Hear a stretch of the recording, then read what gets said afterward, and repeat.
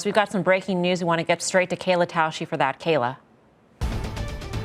Melissa, the Secretary of State for the state of California has just tallied the votes of the state's 55 electors for Joe Biden and Kamala Harris, now officially the president-elect and the vice president-elect, after surpassing the threshold of 270 electoral votes, now certified by the Electoral College across the country to be president-elect. Those votes will be delivered to the United States Congress and counted on January 6th, which is the next date that we are watching.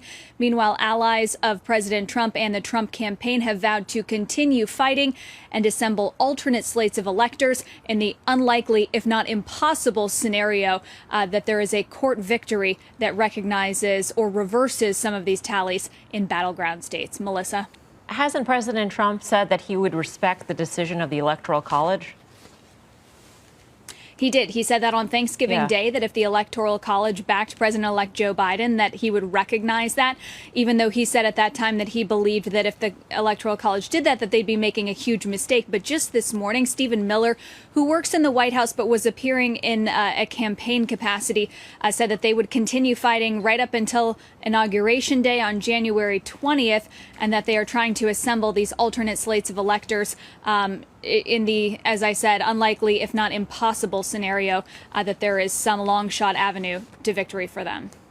Kayla, thank you. Kayla Tausche keeping us up to date. It is official, Tim Seymour. I think the markets largely expected this. And so could you foresee any reaction tomorrow?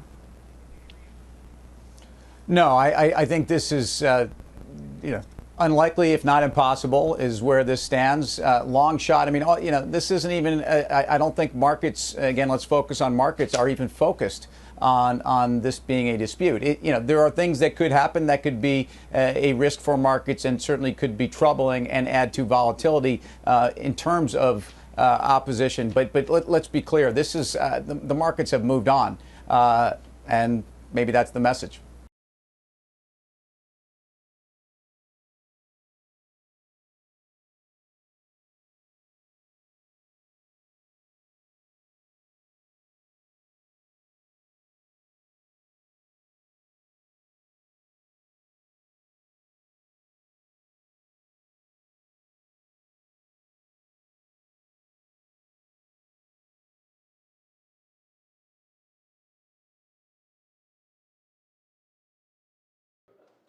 Shepard Smith here. Thanks for watching CNBC on YouTube.